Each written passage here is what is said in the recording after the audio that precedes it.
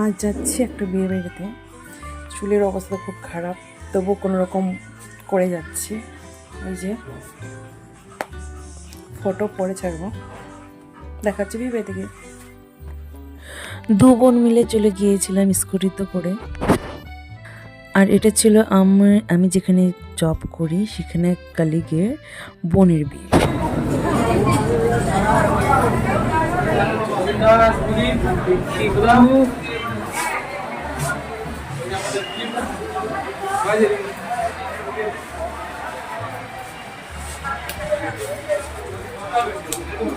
বিয়ে বাড়ি থেকে ফটো তুলবো না সেটা তো কখনো হয় না, তো তার মাঝে ফটো তুলব।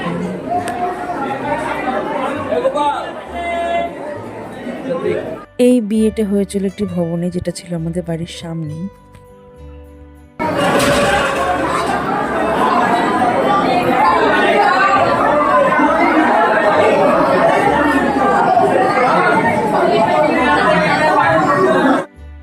স্টল মেনুতে অনেক কিছুই ছিল, যেমন কফি ছিল, চিকেন পকোড়া ছিল, দই বড়া ছিল, পাপড়ি চাট ছিল, দই ফুচকা ছিল, আইসক্রিম ছিল আর ঘুগনি ছিল।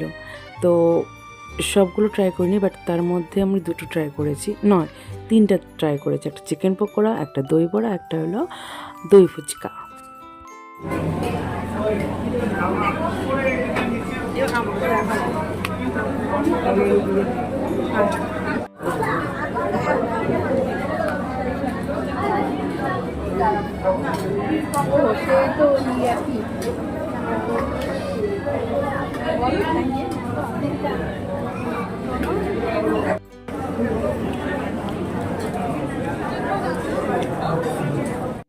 এখানে স্টল করেছে খাবারের, আর এখানেও স্টল করেছে। এলাম খেতে, এখানেও মানে ফুল, জায়গায় নেই, বাট এখানেই বসবো, দাঁড়িয়ে থাকি। ফাইনালি খেতে বসেছি আমি আর মাই সিস। যাই হোক, বসলাম। অ্যাকচুয়ালি বুফেটা আমার ঠিক ভালো লাগে না, ওই মোবাইল নিয়ে প্লেট নিয়ে আবার চলে যাও এই হাতে, কীরকম লাগে যে, তো যার জন্য কমফোর্টেবল করে এখানেই বসলাম যে আমাদের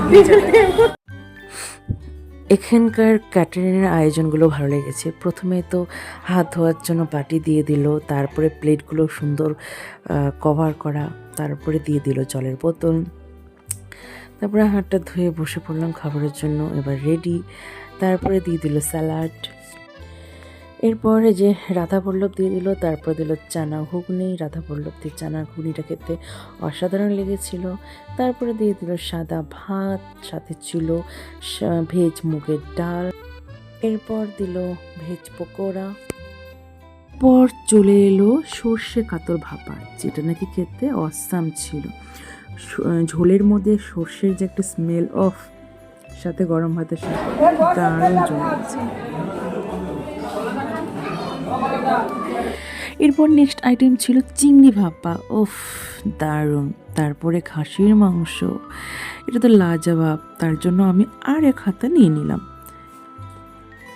ও মাঝখানে একটা জিনিস ছিল, সেটা হলো ফ্রাইড রাইস, যেটা নাকি আমি নেইনি, খুব একটা পছন্দ করি না।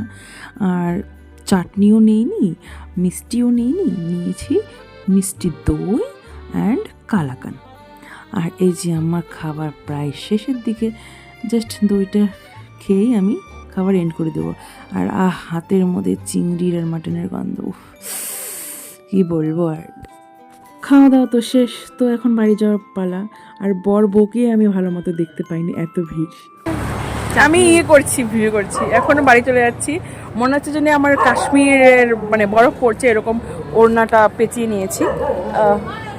স্কুটিতে করে যাবো, তো তার জন্য চুলগুলো উড়ে উড়ে যাবে, তার জন্য এটা আমি এটা করে নিয়েছি। আর এই যে আমার ড্রাইভার। তো খাওয়া দাওয়া শেষে আমরা চলে এলাম দোকান বাড়িতে। তো আজকের জন্য এই ভিডিওটা এখানে রাখতে হচ্ছে, দেখাচ্ছে নেক্সট ভিডিও।